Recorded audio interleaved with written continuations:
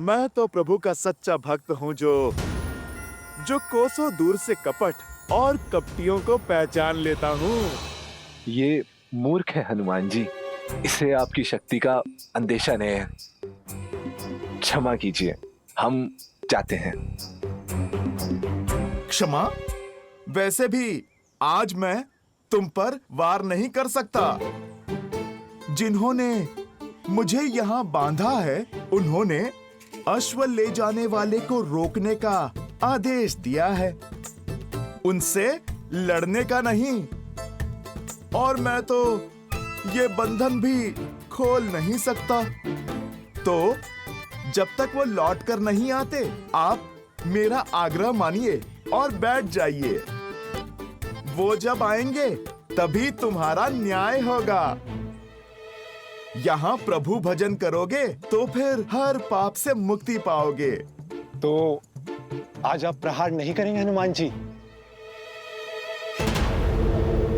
बहुत बड़ी भूल कर दी हनुमान, ये सत्य बताकर। यह असुर ये सुंदर अवसर नहीं जाने देगा। हम अश्व ले जाएंगे। मेरा तो कार्य आपको समझाना था, जो मैं कर चुका हूँ। आगे तुम्हारी इच्छा। मनुष्य अपने कर्मों का फल स्वयं भुगतता है।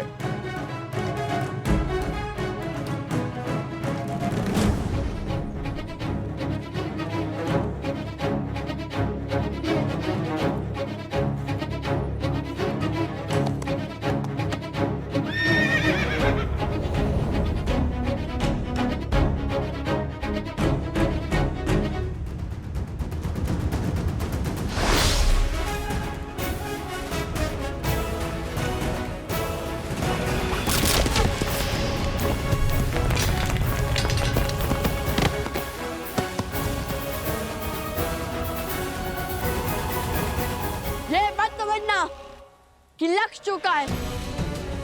केवल एक धर्म आड़े आया है, ऐसा धर्म जो अपने हर शत्रु को एक अंतिम अवसर देने की बात करता है। अब या तो हमारी माता से क्षमा मांगो या फिर अपने प्राणों की आहुति दो।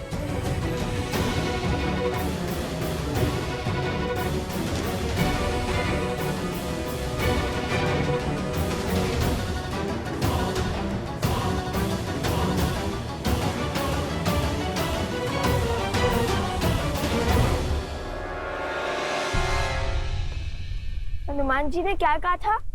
हाँ, लातों के भूत बातों से नहीं मानते।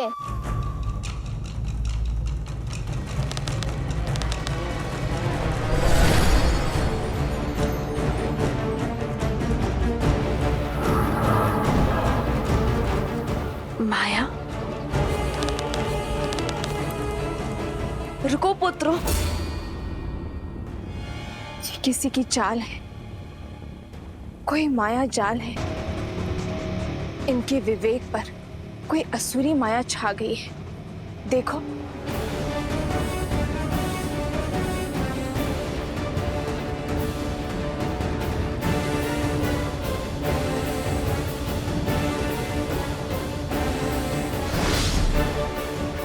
अरे हाँ, जिनके विवेक पर माया हावी है वो निर्दोष है पुत्र, और निर्दोष को दंड नहीं दिया जाता, क्योंकि वो किसी के पति, किसी के पुत्र, किसी के भाई और किसी के पिता होते हैं। हमें इन्हें बचाना होगा, इस माया जाल को तोड़ना होगा। अपने गुरु भगवान वाल्मीकि को स्मरण करो पुत्रों, और इस माया जाल का कोई तोड़ निकालो।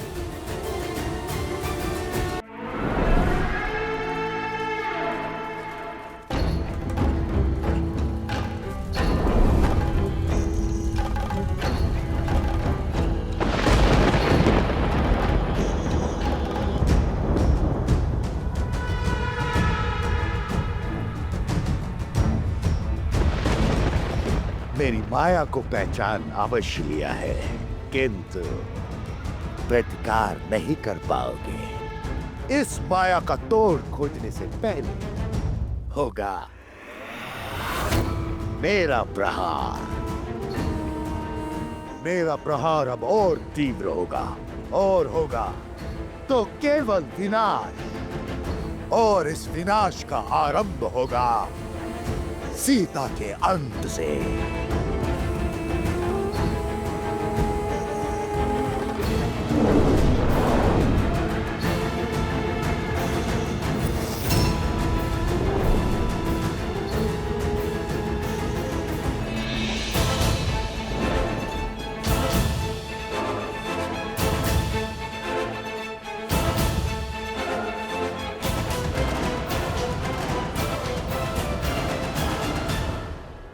आग का संदेह उचित था माता।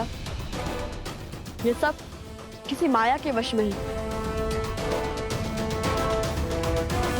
हे माता, रक्षा करें। ये सब क्या हो रहा है? आक्रमण!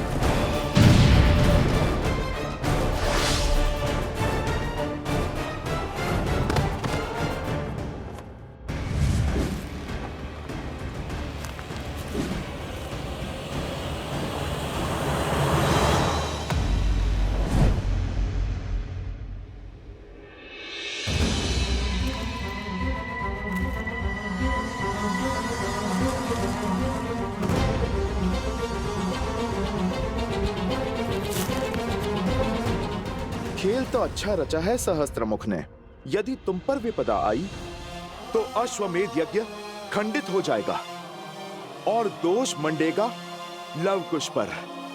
और तब प्रभु श्री राम एक पिता नहीं, राजा की भांति उन्हें दंड देने पर विवश हो जाएंगे, जो हनुमान के रहते कदापि नहीं होगा, है ना?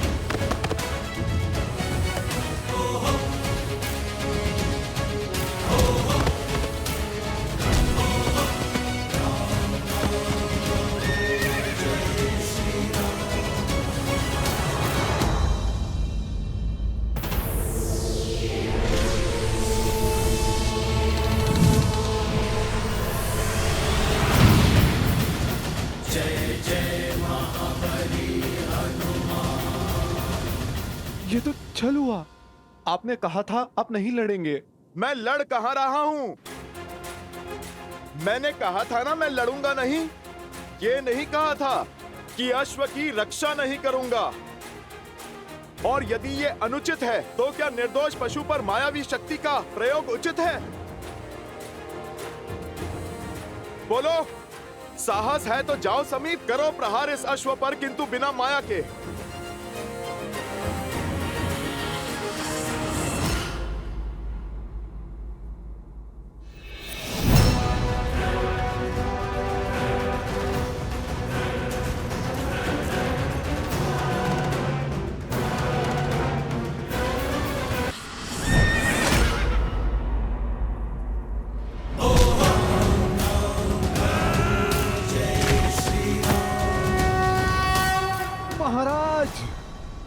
अति उत्तम, करो प्रहार, मार डालो इन्हें।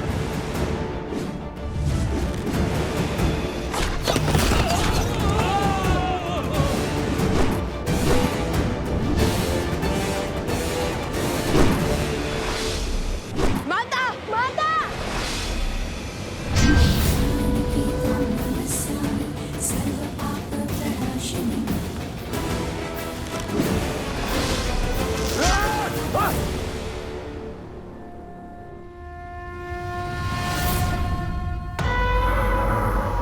कुश, ये माया जाल ऐसे नहीं कटेगा।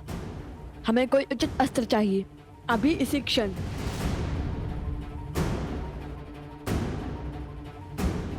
सूर्यास्त होने को है पुत्रों, काली शक्तियां और प्रबल हो उठेंगी।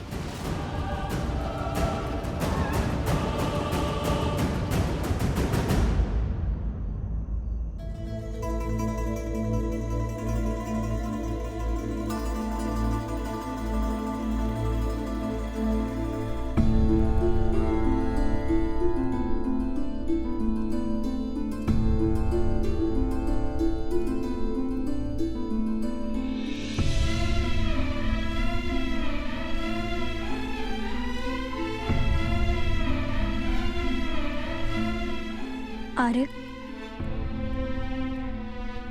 मांडवी, तुम कब आई? जब आप गहन सोच में थे। शांत हो जाइए आर्य। कैसे शांत रहूं मैं मांडवी?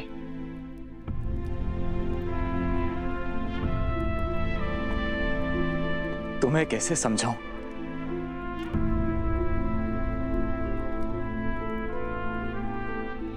समझाने की आवश्यकता नहीं है। आपकी भार्या आपकी मनोदशा नहीं समझेगी तो और कौन समझेगा?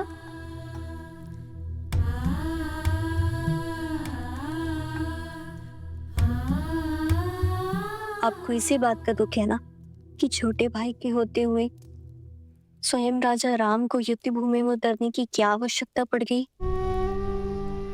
यही ना कि आपके बड़े भाई को आपके कौशल पर विश्वास नहीं। हाँ मांडवी, मुझे इसी विचार से दुख है कि उन्हें विश्वास नहीं कि मैं इस समस्या का समाधान खोज पाऊंगा।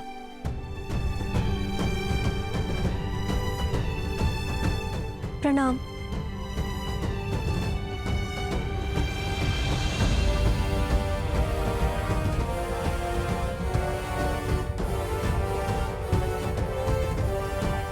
कहो मांडवी, क्या बात है? क्षमा महाराज, बात की गंभीरता का पूर्ण ज्ञान ना होने पर भी साहस कर आपसे विनती करने चली आई। मांडवी, मैं जानता हूं तुम यहाँ क्यों आई हो। आप ये भी जानते होंगे कि आपके अनुज आपके निर्णय को अविश्वास की तुला पे तौल रहे हैं।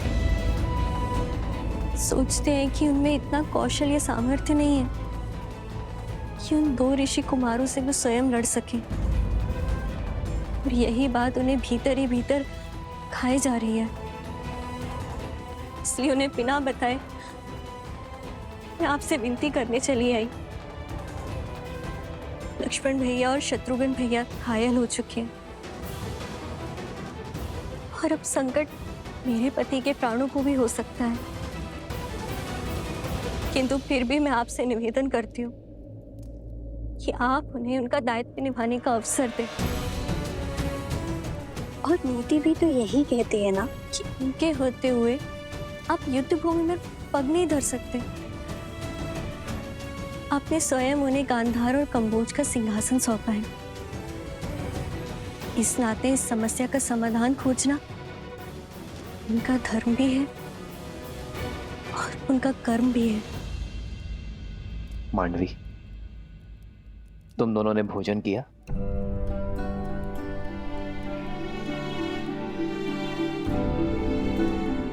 तो जाओ, जाकर भोजन की तैयारी करो मांडवी,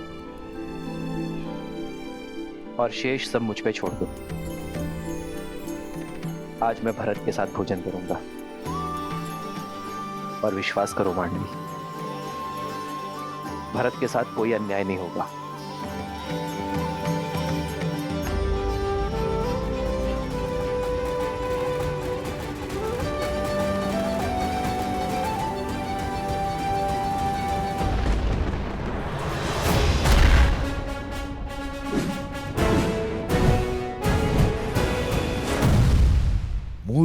बल को कितनी देर और रोक पाओगे इन्हें? सहायता का हाथ छटका कर मेरी सहायता कर रहे हो। तुम तो प्राणों से जाओगे ही, और शीघ्र ही वो अश्व भी मेरे पास होगा।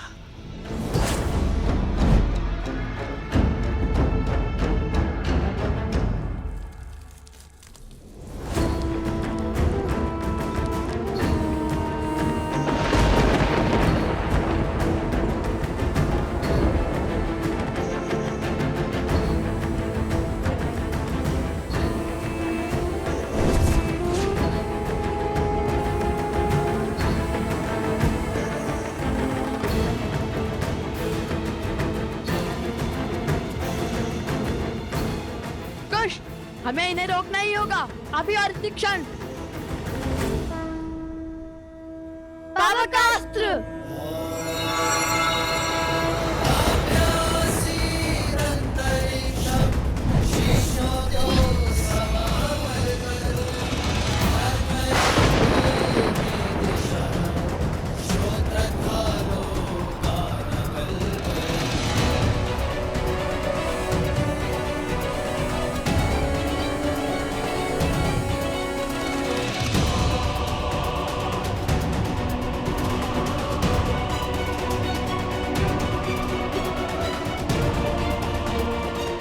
जय मां गौरी।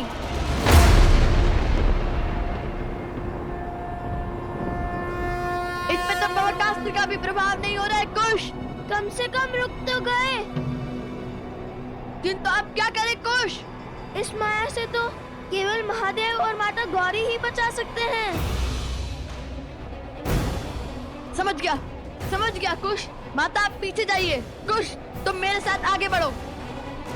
पीछे? हाँ माता, शीघ्र पीछे जाइए।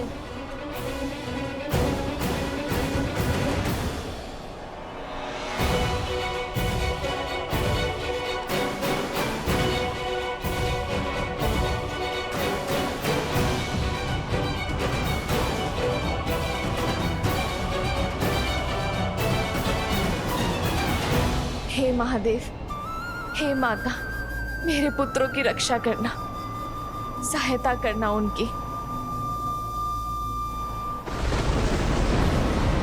जिस माया को स्वयं ब्रह्मा भी नहीं काट सकते, उसे तुम क्या काटोगे बालको? आज तुम्हारे अभिमान और तुम्हारी माता दोनों का अंत निश्चित है।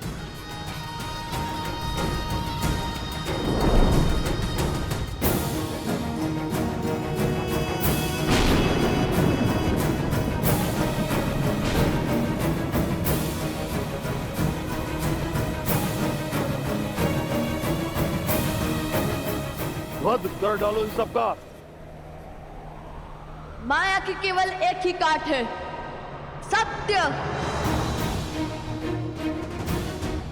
श्री राम कथा के समय राम के समक्ष जब मारीच और सुबहू ने माया रची थी, तब सत्य ने ही माया को तोड़ा था। अब हम भी उसी प्रकार इस माया का अंत करेंगे।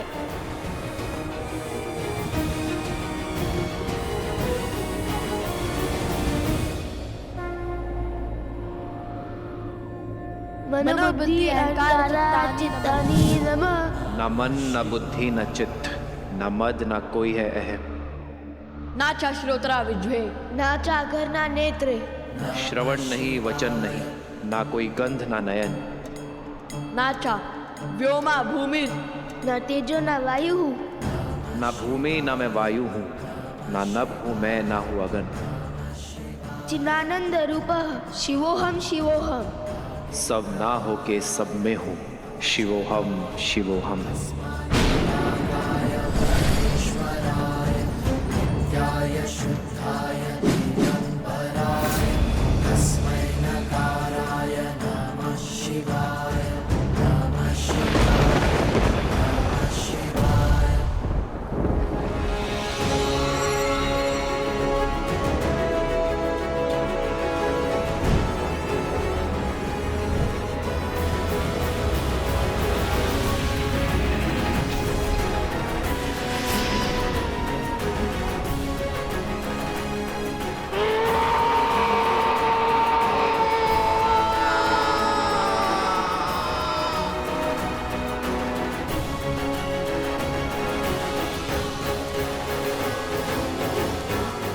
पुत्रों,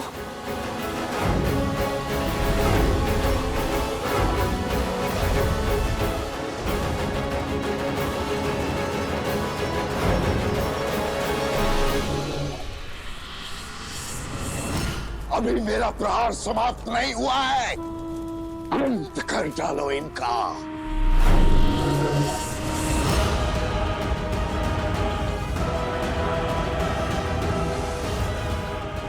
आक्रमण!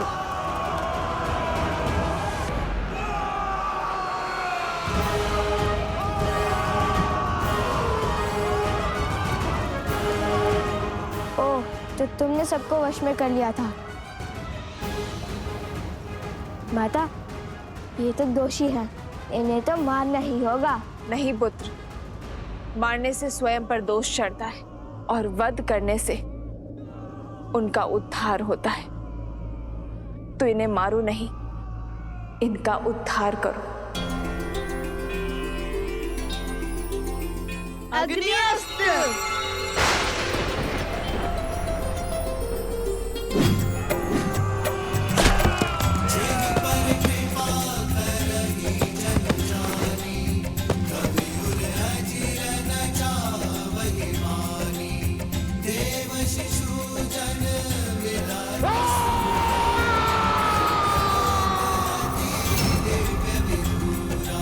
नवकुश की नवकुश की नवकुश की नवकुश की नवकुश की नवकुश की नवकुश की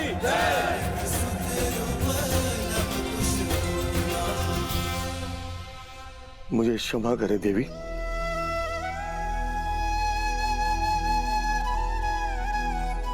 ये मैं कैसा महापाप करने जा रहा था। राम राज्य की परिकल्पना को ध्वस्त करने चला था। एक नारी की हत्या करने जा रहा था। ना जाने किस माया, किस शक्ति की चपेट में आ गए थे हम।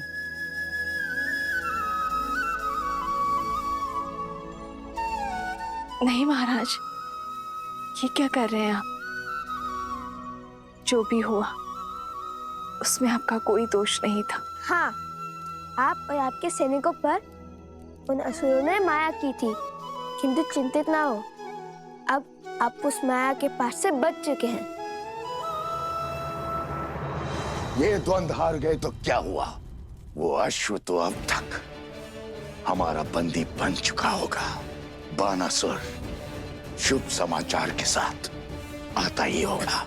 महाराज, आओ, मुझे तुम्हारी ही प्रतीक्षा थी। आओ। महाराज,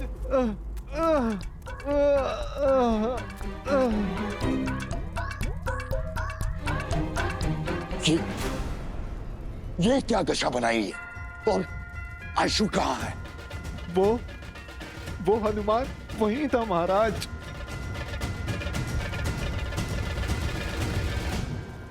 उसने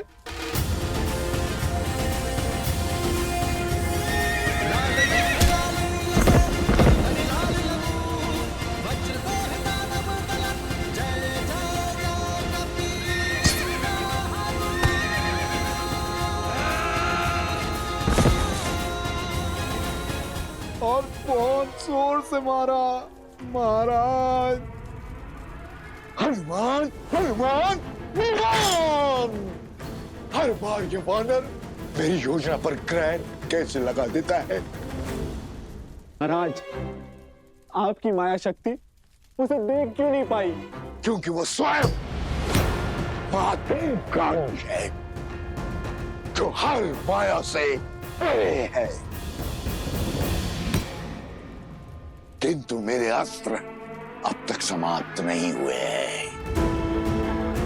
देखता हूं कब तक मेरे मायावी अस्त्र से बचते हैं ये। शीघ्र ही इनका अभिमान टूटेगा और चकनाचूर होगा राम राज्य का स्वप्न।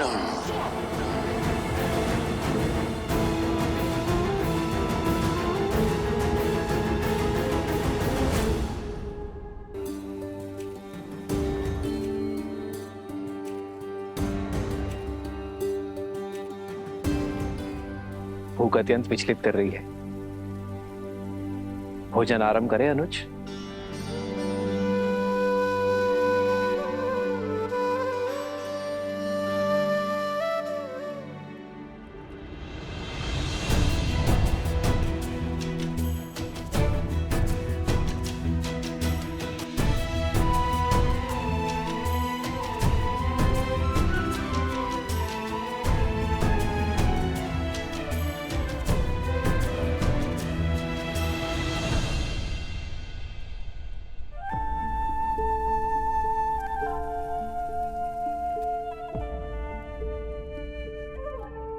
भरत, यदि मन से चिंता ना उतरे तो गले से भोजन का ग्रास भी नीचे नहीं उतरता। अपने मन को हल्का कर दो भरत, और जो सोच तुम्हें विचलित कर रही है वो मुझसे कहो। क्या कहूं भैया मैं? ये कहूं कि मैं कितना अभागा हूं। ये कहूं कि मुझे आपकी सेवा का वो अवसर कभी नहीं मिला जो सदैव लक्ष्मण को मिला। ये कहूं कि संकट में सदैव वो आपके साथ रहा, मैं नहीं। मैं तो सदैव संकट का कारक बन जाता हूं भैया। भैया, जब आपको वन में गमन करना पड़ा तो मुझे ही उसका दोषी माना गया। जब मैं आपकी चरण पादुकाएं ले आया तो संसार ने मुझ पर यह कहकर लांछन लगाया कि देखो, मैं अपने भाई की पादुकाएं इसीलिए ले आया ताकि अपने भाई को वन में नंगे पग घुमा सकूं।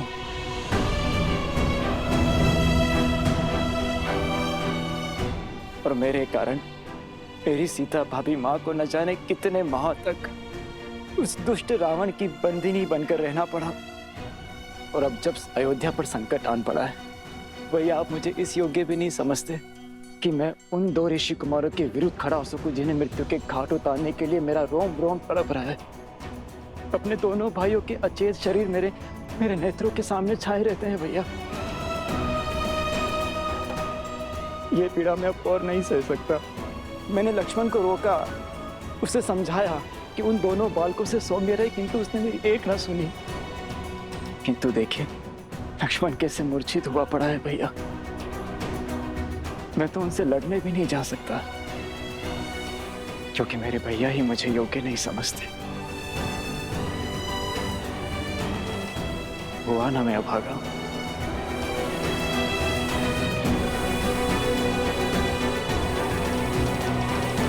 आपने हमें असुरी शक्ति से बचाया, इतना घोर अपराध करने से रोका। हम आपका आभार व्यक्त करना चाहते हैं। कृपया यहाँ कुछ दिन रुककर हमें सेवा का अवसर दें। हाँ हाँ देवी, कुछ समय तो रुकिए, हम आपको कहीं जाने नहीं देंगे। आपको हमारी विनती स्वीकारनी ही होगी। कुश, अश्व और हनुमान जी का क्या? हम उन्हें और अकेला नहीं छोड़ सकते हैं। हाँ हाँ, रुक जाइए देवी, कृपया हमारे लिए रुक जाइए। पर आश्रम का क्या होगा? सब लोग हमारी प्रतीक्षा कर रहे होंगे। हमें शीघ्र अतिशीघ्र आश्रम जाना चाहिए। हाँ हाँ, आश्रम में भगवान वाल्मीकि है ही नहीं। सारे आश्रमवासी कितना चिंतित हो रहे होंगे। आश्रम जाना ही उचित होगा।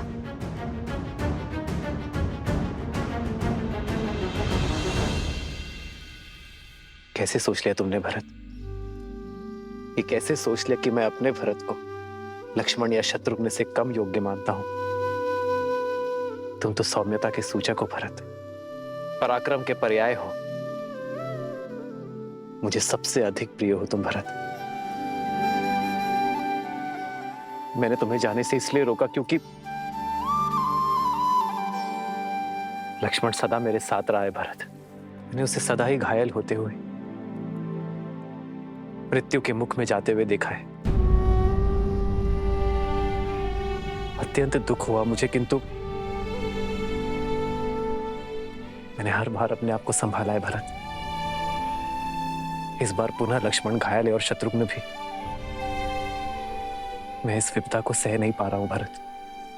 और इस बीच यदि तुम्हें कुछ हो गया मेरे भाई, तो भैया पुण्य के प्रतीक श्री राम से पाप कैसे हो सकता है? किंतु आप स्वयं को मेरे स्थान पर रख के देखिए। स्वयं यहाँ महल में सुरक्षित रह के आपको युद्ध भूमि में जाते हुए देख, क्या मैं स्वयं से कभी दृष्टि मिला पाऊंगा? लक्ष्मण और शत्रुघ्न के नेत्रों में नेत्र डाल पाऊंगा? वेद के उपचार से वे दोनों शीघ्र ही सकुशल हो जाएंगे। किंतु क्या आप ऐसा चाहते हैं कि आपके भाई की आंखें उन दोनों के सामने सदैव झुकी रहे? जिन अयोध्या वासियों ने गंगा सी पावन मेरी सीता भाभी मां पर बिना किसी दोष इतने लांछन लगाए, क्या वे लोग मुझे क्षमा कर पाएंगे? क्या वे लोग ये नहीं कहेंगे कि देखो, दो भाई तो अपने बड़े भाई के साथ कंधे से कंधा मिला करके लड़े, किंतु भरत अपने हाथ पर हाथ रखकर बैठा रहा, वो कुछ न कर सका। मेरे 14 वर्षों की तपस्या पर कालिख लग जाएगी भैया, और भरत संसार में फिर से वही भरत बन जाएगा जो अपने भाइयों की दुर्दशा देखना चाहता है। और तब क्या कहेंगे आप भैया? क्या मेरे मान पर आप ये वार सह पाएंगे?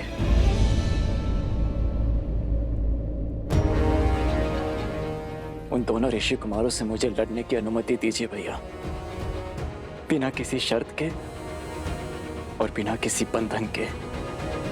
अपने भाइयों पर प्रहार करने का उन्हें दंड देने दीजिए मुझे।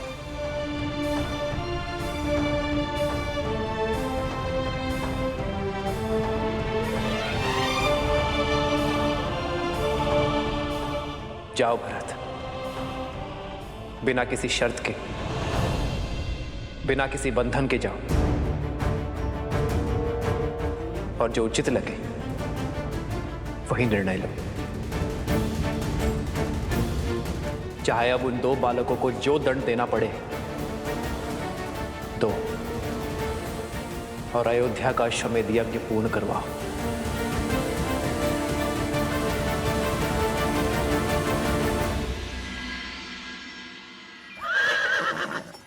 भैया अब क्या करेंगे?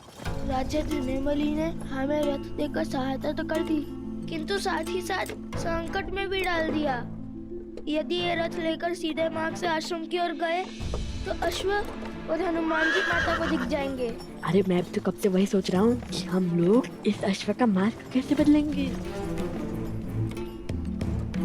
क्या हुआ? कुछ नहीं।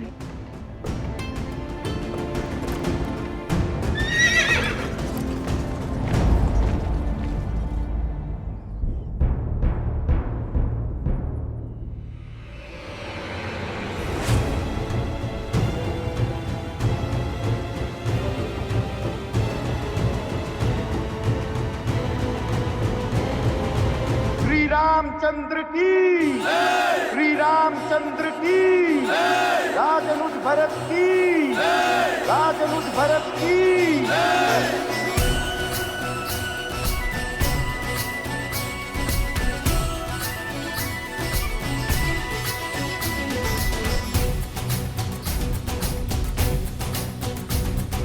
विजयी भव।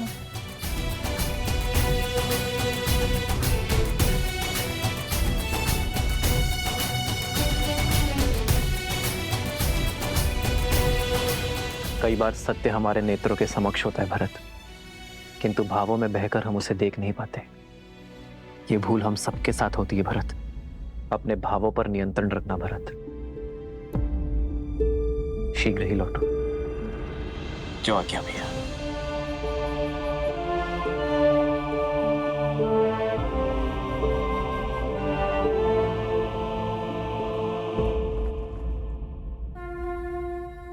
विजयी भव।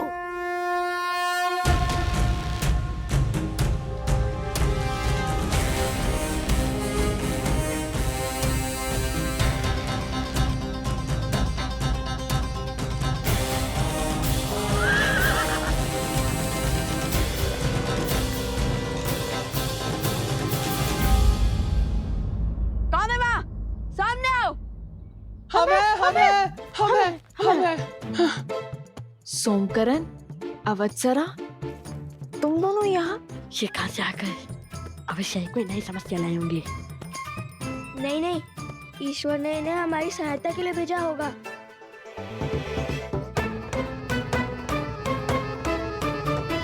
सोमकरण, अवत्सरा, क्या कर रहे हो तुम दोनों यहाँ? और ये वृक्ष कैसे गिरा? भैया, इसे काट देते हैं, इससे मार्ग अवरुद्ध हो जाएगा। नहीं, हम अपने काम को सार्थक करने के लिए प्रकृति को हानि नहीं पहुंचा सकते।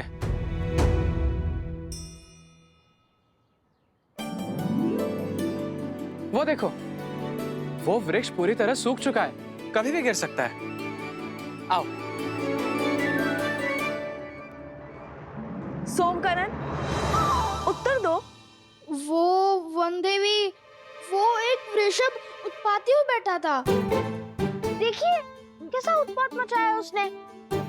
हम तो यहाँ यात्रियों को सावधान करने खड़े हैं कि वो कोई अन्य मार्ग अपना ले, है ना भ्राता? हाँ वन देवी, आप कोई दूसरा मार्ग ले लीजिए। ओहो, एक संकट से निपटे तो दूसरा संकट आ पड़ा। चलो कोई बात नहीं, हमें अपना कर्तव्य निभाना ही होगा। माता, आप लव भैया के साथ दूसरे मार्ग से आश्रम जाइए। मैं इन दोनों के साथ इस वृक्ष और इस वृषभ को संभालते हैं। न जाने अब किसे घायल करना चला होगा। किंतु तुम? माता उचित तो कह रहा है वो। चलिए हम इस ओर से चलते हैं। अरे ये मार्ग बहुत लंबा है, हम तनिक देर यहीं रुक जाते हैं। जब ये वृक्ष हटेगा तब हम इसी ओर से आगे बढ़ेंगे। देखिए माता, कितनी लंबी यात्रा करके हम यहाँ आए हैं और त्रिपुरा सुंदरी मंदिर में जो कुछ भी हमारे साथ हुआ, उसके बाद आप बहुत थक गई होंगी। अब हम आपको पुनः संकट में नहीं डाल सकते। यदि उस वृषभ ने आक्रमण कर दिया तो?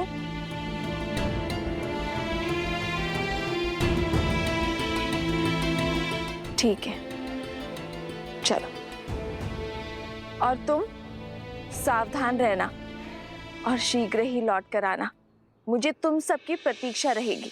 निश्चिंत होकर जाइए माता, हमारे पास सोमकर्ण है ना। यदि बैल आया, बैल के आगे इसे खड़ा कर देंगे। संसार में इससे बड़ा बैल और कोई नहीं है। खुश, मित्र की रक्षा सबसे पहला दायित्व है, जानता हूँ माता। चलो साथी।